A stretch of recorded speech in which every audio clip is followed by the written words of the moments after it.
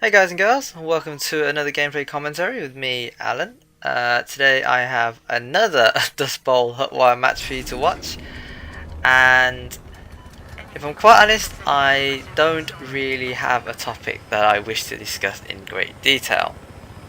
Also, one other thing, this actual gameplay is like 15 minutes, so it's the entire match, I think, well, or close enough. And I'm not sure at the moment whether I want to keep the entire thing because there are some parts which are a bit light on action, so I might fast forward that.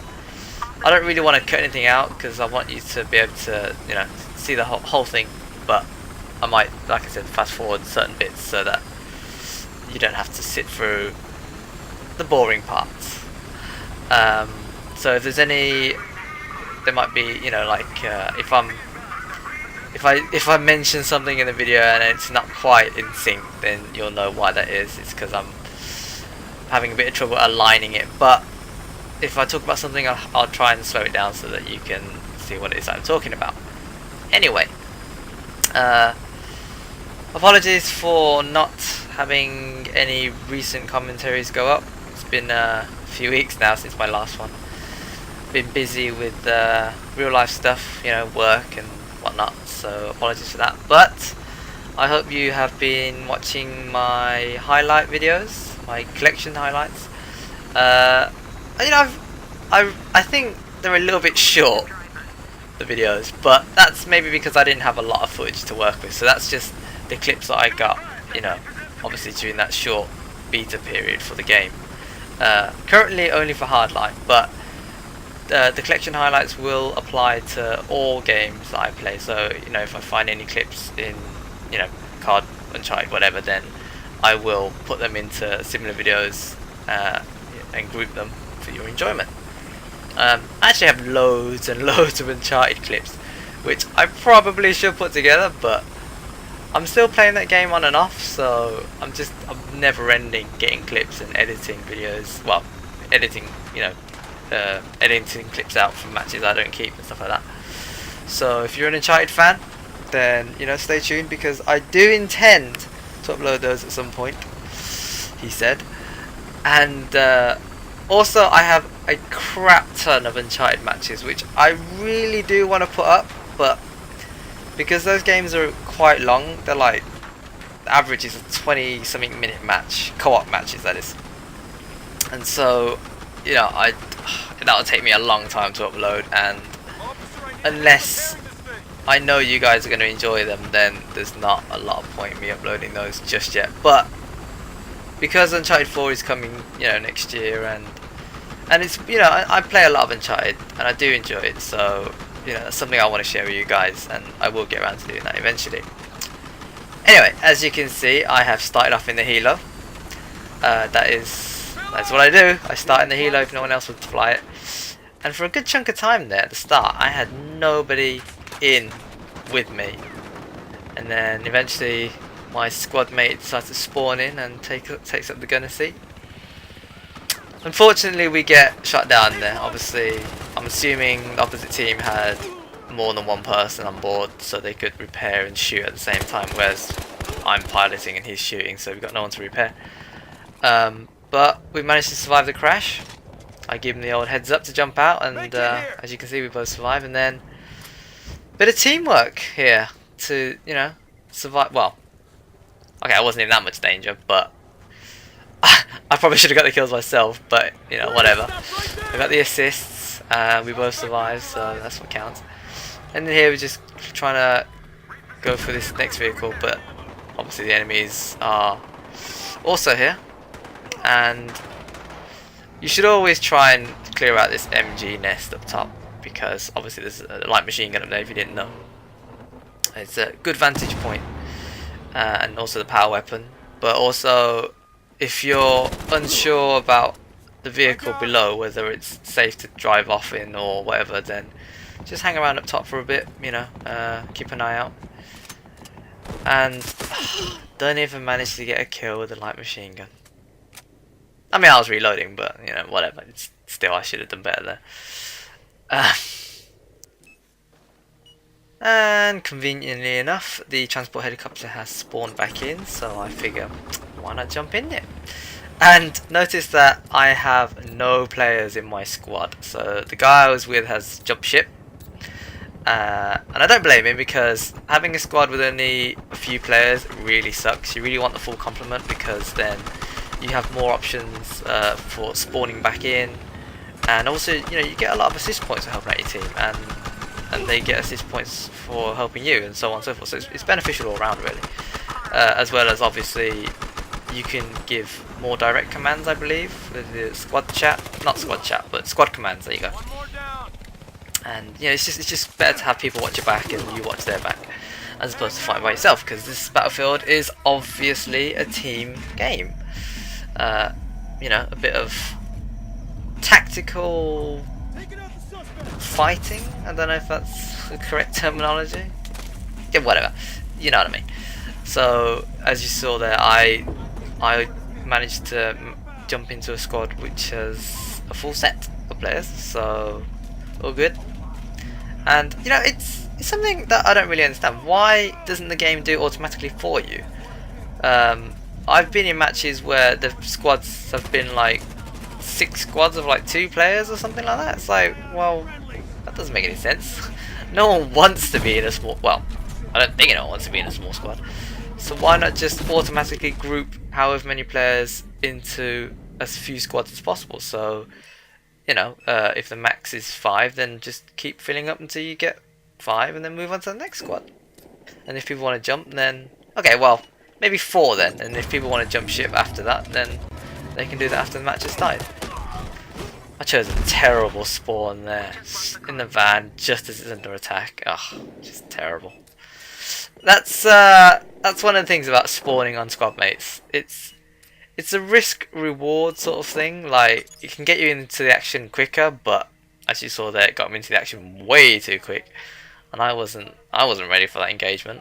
So, you know, I just ended up dying, and then here I am just waiting for the helicopter to spawn again, because I don't know, this map just, helicopter flying on this map just seems to work. It's a nice big open map. Well, majority of it's open anyway. I mean, I know there are buildings enemies can hide in, but for the most part they're running around on the streets and driving their cars on the roads, so you know, it's nice to be in the air, I find, on this map. And the helicopter is chock-a-block, so I think a lot of people were waiting to spawn on the helicopter, not just me. And I don't know, I have mixed feelings about having a full helicopter, because on the one hand it's good that, you know, you've got a lot of people to repair, and you can man both guns, and you know, you've got a co-pilot that can call out targets, so the pilot has one less thing to worry about when he's flying. But on the other hand, with that many people, and check out the feed by the way, and on the other hand, having that many people in a single vehicle is a risk, because if he gets hit by a stinger or just shot down in general, then that's pretty much half of the opposite team taken out. So that is, yeah, that's something to think about when you jump into a vehicle which has already got a lot of other players inside. But obviously, you know, a good team would avoid being taken out as a whole. You know, you'd think people would have a common sense to bail or fix or call out enemies when they see them, but it's not always the case. And also, I'm back in the gunner seat, and I think I stay in the gunner seat for a while now, so you'll see me get a few kills. I of course have already uploaded a video of me piloting, so this is like the flip side, I guess. You get to see how the gun, how the default machine guns operate. And you know, as I said before in a previous video, I don't really think they're that good, but if you pick your targets like vehicles and not enemies on foot, then you should have a little bit of a better time with it. Managing to stay alive there. I assume the pilot knows I'm taking damage and he's spinning it around, or maybe I'm just lucky, I don't know. I think I've played with this guy before, the pilot of this helicopter. I don't know, I recognise the name but I don't know why. Maybe, I I know he was a gunner earlier for my helicopter, but well, yeah. In the beta, I ran across quite a lot of people over and over again. I guess they group people from the same local area, sort of thing. Well, yeah, I guess because there wasn't the on consoles anyway. There wasn't the option to manually pick a server. So yeah, I guess they just put players who are close to each other together. And this is round 2 of the helicopter fight. Earlier we lost, so hoping to even the score at this point. Ah, the overheat, man! Just as I'm about to finish that helicopter off, and it's down as well. It is done. Didn't manage to kill anyone, but I took out the helicopter. Oh, notice that the pilot has bailed, but he didn't tell me to jump out, did he? Hey, it's a good job that we were high enough that I could bail.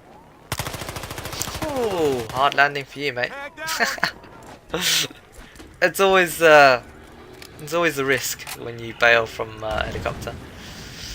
I mean, obviously, if you chose to bail normally, then it's, you know, that's a risk that you take. But when you get shot down like that and you just jump out, and you know the enemy team knows that you've jumped out, it's just floating down to earth and just hoping no one shoots you before you get a chance to regroup. Managed to pick up an LMG here. I think I do a bit of damage with this. Ask for a ride and get picked up, so that's good. I think more people, well, as I said before, I think more people should pick up players, because driving around on your own is almost pointless, really, and defeats the purpose of the game. I think he was slowing down anyway, but if you should use the prompts, because sometimes players just stand in the middle of the road and it's hard to distinguish whether they're just standing there because they're doing something or because they actually want to get picked up. I always give them the benefit of the doubt anyway, and then, you know, slow down, let them jump in if they want to. But you know, obviously, if the area has enemies crawling over the place, then it's not always ideal. Here we're just trailing a friendly vehicle. I'm just getting in some practice shots, just zeroing on target. Always good to be practicing, you know. And then here we're just driving to an absolute clusterfuck of something. I managed to tear it up with the LMG there. Nice little 3-piece. And I see this guy. You're not getting away. Boom. Down you go. And really, I don't understand how I managed to suicide. I mean, I guess the kill should have gone to him, but I'm not complaining. I'd rather take the suicide than an enemy death. So I get a nice little set of kills there.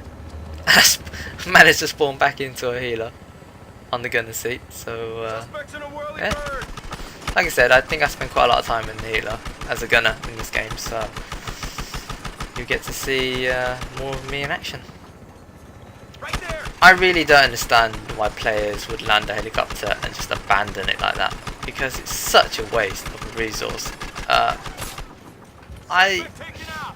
If it's damaged and you need to land it to get out, that's fine, that's one thing, but that helicopter looked perfectly fine to me, and you know, someone else on the team could have used that. So it's just, I don't know, it just doesn't make any sense. And I am having a shocking time of it right now in the gunner seat.